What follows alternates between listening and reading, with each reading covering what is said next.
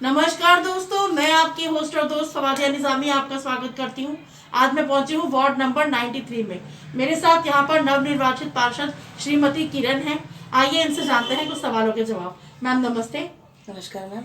Ma'am सबसे पहले आपको जीतने की हार्दिक शुभकामनाएं। धन्यवाद मैम, आप सभी आपकी समाचार टीम को पूरी मैं धन्यवाद करती हूँ। जी मैम, आपसे जानना चाहते हैं, जैसे आप अभी इस क्षेत्र से विजयी होकर लौटी हैं, आप भाजपा परिवार से भी रही हैं, आप एक समाज सेवी भी हैं, तो मैम आपसे जानना चाहेंगे, आप भाजपा परिवार से हैं तो आप मतलब अपना थोड़ा सा कुछ बताना चाहेंगी, आप अपना परिचय।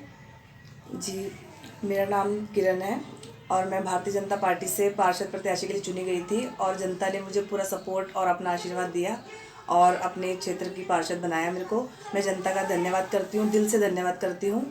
और बस यही है कि मैं भारतीय जनता पार्टी का मूल मंत्र यही है कि सबका साथ सबका विकास, और मेरे को यही मूल मंत्र लेके चलना है कि सबके साथ और सबका विकास करना है, अपने क्षेत्र का विकास करना है, विकास के कार्य। जी मैम, आपसे एक बात जानना चाहेंगे, आप जैसे इस क्षेत्र से विजयी हुई हैं तो आपका जो वोटिंग कितना रहा, आप थोड़ा कुछ बताना चाहेंगे। हमारा वोटिंग रहा है कि 1350 से हमारी बहुत ही अच्छी जीत हुई है, तो बहुत अच्छा हुआ है 1350 के। जी मैम, आपसे एक बात और जानना चाहेंगे, आपके लिए इस क्षेत्र को लेकर कौन कौन से मुद्दे अहम रहेंगे, आप हमें कुछ बताना चाहेंगी।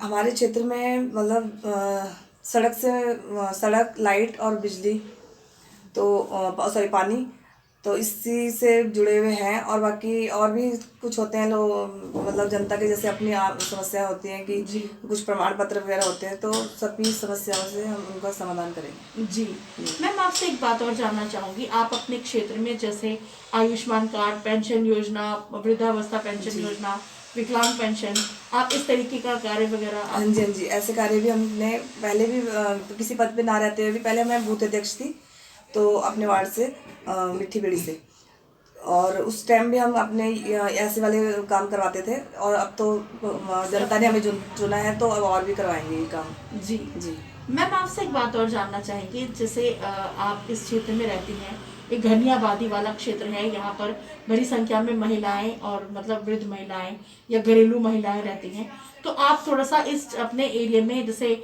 समूह वगैरह के काम, जैसे घरेलू उद्योग वगैरह, आप इस तरीके से। जी जी जी, जैसे कि हमारे इसमें जो भी योजनाएं आएंगी मैं उनको अपनी महिलाओं तक पहुंचाने का पूरा प्रयास करेगा मेरा।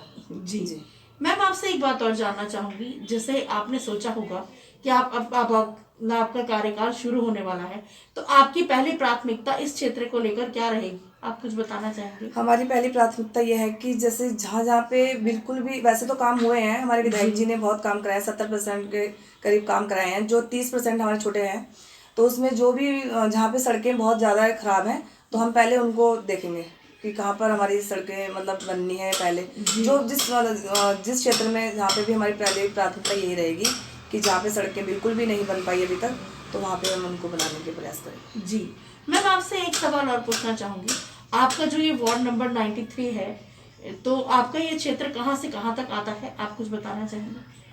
ये हमारा क्षेत्र पूरा बड़ोवाला है, पूरा शिमला बाईपास पीछे से लेकर पूरा ये डीएसपी कॉलोनी, ये शिवराज नगर, और इधर हमारा गोरखपुर चौक, बनियावाला, सेवली, मिट्टी बेड़ी। अच्छा मैम, एक सवाल इसी कड़ी में और पूछना चाहूंगी, जैसे आप मतलब भाजपा से हैं और अभी मतलब हाल ही में भाजपा प्रचंड बहुमत से इस क्षेत्र से आगे आई है, मतलब दिल्ली जीत कर आए हैं, तो आप थोड़ा सा कुछ कहना चाहेंगे इस बारे में। बहुत ही खुशी हुई है हमें, और हमारे भारतीय जनता पार्टी को इतना इतना अच्छा सपोर्ट दिया जनता ने, दिल्ली की जनता ने। तो ऐसे ही आपने देखा ही है कि इतना मोदी जी हमारे लिए इतना कुछ कर रहे हैं, तो सब आजकल जनता सब समझदार है, तो उन्होंने जो भी फैसला लिया है बहुत अच्छा फैसला लिया है।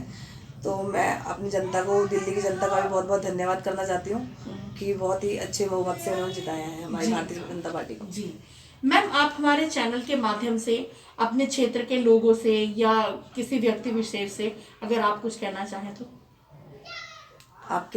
मैं अपनी जनता को यही कहती हूँ कि भारतीय जनता पार्टी एक ऐसी पार्टी है कि जो विकास का कार्य करती है, और हमारी हिंदू पार्टी है ये, तो इससे जुड़े रहना सबसे, और अपने हिंदुत्व को बचा के रखना, अपनी संस्कृति को बचा के रखना, यही मैं अपनी जनता से अनुरोध करती हूँ कि अपनी भारतीय जनता पार्टी से जुड़े रहें और ऐसे ही मतलब विचारों से मैं अपनी वाणी को विराम देती हूँ। जी मैम, एक सवाल चलते चलते और, जैसे हमारे बहुत सारे त्यौहार अब आके चले भी गए हैं, अब बहुत सारे त्यौहार हमारे आएंगे भी, तो आप हमारे चैनल के माध्यम से हमारे व्यूअर्स को या लोग क्षेत्र के लोगों से कुछ कहना चाहेंगे?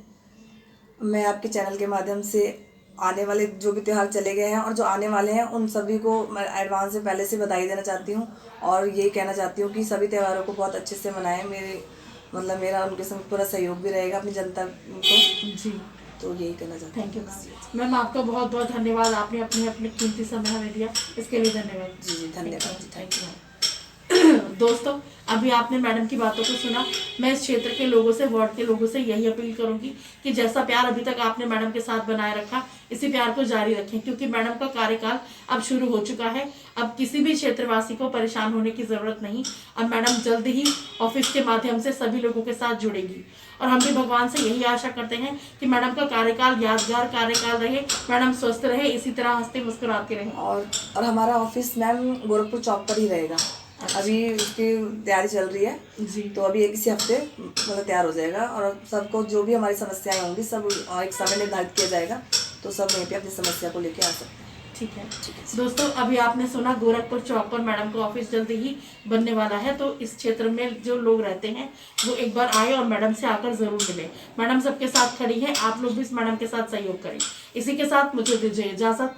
मैं फवादिया निजामी अपने सहयोगी अजय कुमार जी और शोएब के साथ मानव चेतना न्यूज देहरादून फिर किसी नई शख्सियत के साथ आपकी कराएंगे मुलाकात। तब तक बने रहिए मानव चेतना के साथ। धन्यवाद।